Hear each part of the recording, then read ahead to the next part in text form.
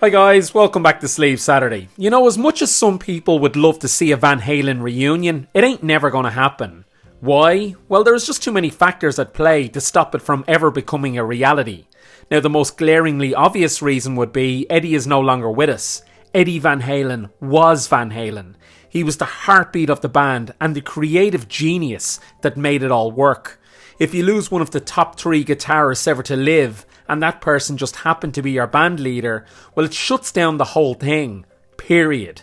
His son, Wolfie Van Halen, effectively said so upon Eddie's death in 2020.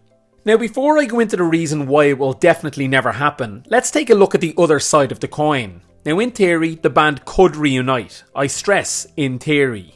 They could put on a great set of shows and headline a major tour and the big festivals. The core fan base is still there and still only in their 50s or 60s, so they haven't aged out. Any legacy band like this with record sales of 80 million albums can still draw a large arena-sized crowd, particularly in the US, possibly even stadiums if they played a limited small tour. Both lead singers from both eras of the band, Roth and Hagar, are still alive and still relatively healthy at 68 and 75 respectively. I don't count Gary Cherone in this, as for me, he was never Van Halen. You still have original bassist Michael Anthony, who was on great terms with Sammy, and most importantly, you have the Van Halen family and brand name, with Wolfie, who took over from Michael Anthony, and of course drummer Alex Van Halen, who started up the band with his brother in 1972. With all these guys still alive, you could do a reunion, and a solid one at that.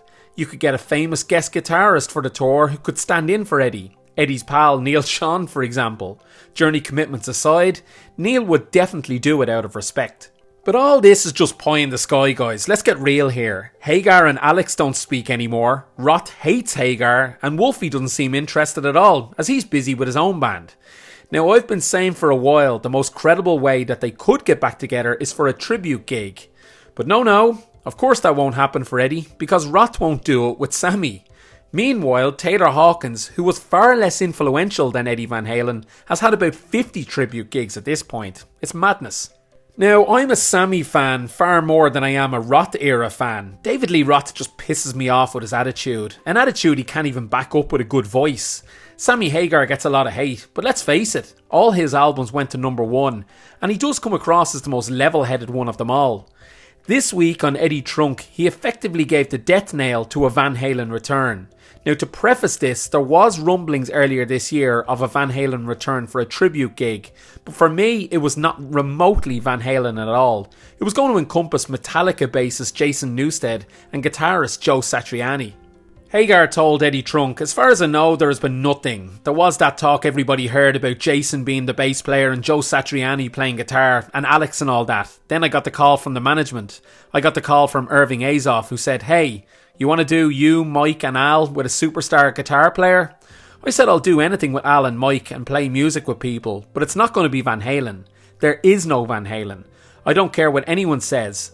Wolfie is Van Halen, okay?" Look, Sammy's right. It's a crap idea. He did follow on and say about Wolfie though, "If you wanted to play guitar with Al and Mikey and myself, I would love to do that. That would just be a one time for the big time. Not like, okay, let's go out and tour the world and make records. No. There is no Van Halen." He did say though, maybe if they were to do a tribute gig like the Taylor Hawkins one.